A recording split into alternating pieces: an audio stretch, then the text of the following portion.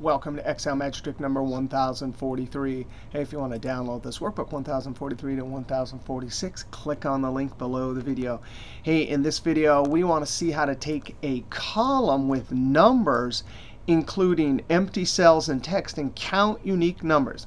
Now, we've done a couple videos recently on this. Back in 1040, we had a formula. Back in 1042, we had a formula. And Leonid left a great comment about some cool formulas back in 1040. So we want to look at these. In these videos, we did not look at mixed data, but the formulas we used earlier will work.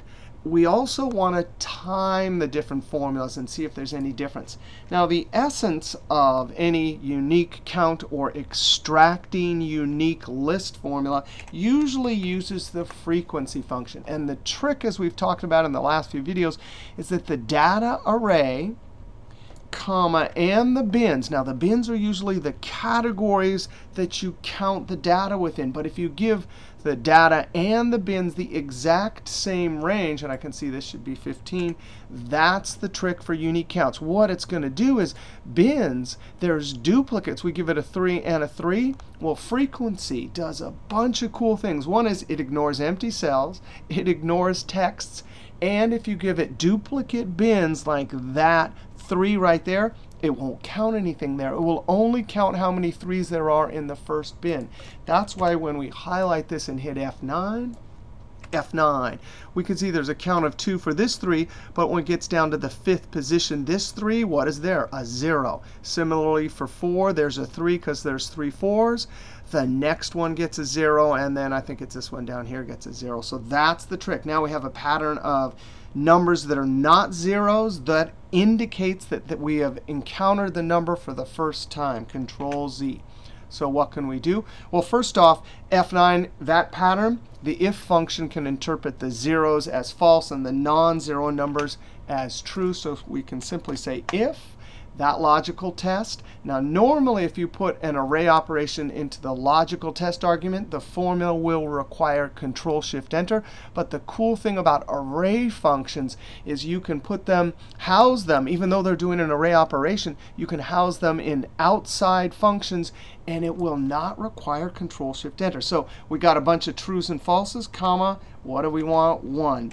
The if will give us a string of falses, F9, and 1s. Now we can simply wrap that in the sum function. Now what Leonid pointed out was that this formula does not require Control-Shift-Enter. So watch this. I'm going to Control-Enter. No curly brackets for array operation. And that comes from the fact that that's an array function. Now, Leonid also pointed out, hey, why use the if and the 1 when you can use the sign function? The sign will interpret any of those zeros as a 0 and any positive number as 1. So look at this one. I F9 it. It gives us, instead of falses and 1s, zeros and 1s. Control Z. And we can simply put that in the sum. And it doesn't require Control-Shift-Enter like many array formulas do. Just Control-Enter. Now, in the book I wrote, Control-Shift-Enter, Mastering Excel Array Formulas, this is the formula I showed for counting unique numbers. And it's a common one. I've seen this one around.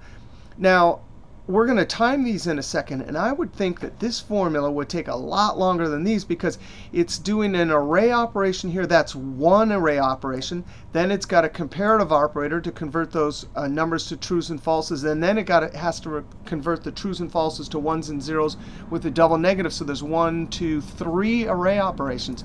Here I only count 1, and then the sign is 2. Up here we have 1, and then the if is the second one. Now here's the amazing thing. This formula right here, there's 3 array operations, and that's a comparative operator, and that's a math operation. Watch this.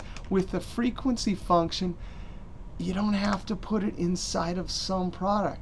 Now, what is going on here? And I went back. I'm just going to Control-Enter. I don't see any curly brackets, and it sure looks like it's working. Not only that, I'm thinking, well, maybe it's doing something with implicit intersection. Come down here. It's working. I went back and tried this formula whoops, this one, I didn't. I'm going to put this over here just so it's consistent. Again, I went back and tried this, and I was just stunned. It worked in Excel 2003, 10, 13.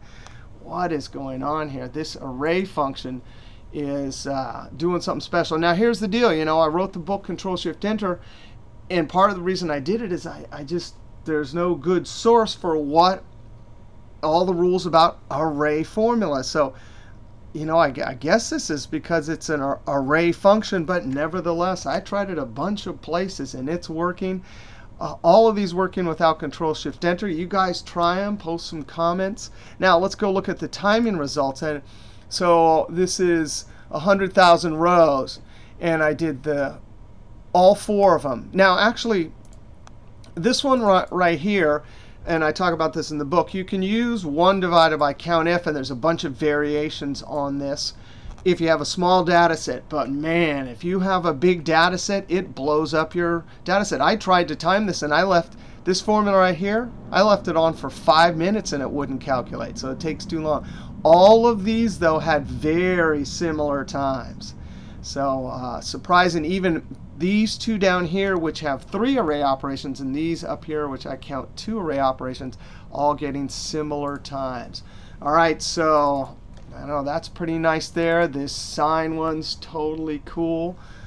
In our next video, 1044, we'll do an extract unique list given that we have mixed data. 1040, if you don't have mixed data, the formula in Excel Magic Trick 1040 is much easier, and you should use that. But in our next video, 1044, we'll see what to do when we want to extract unique numbers and sort them. All right, see you next trick.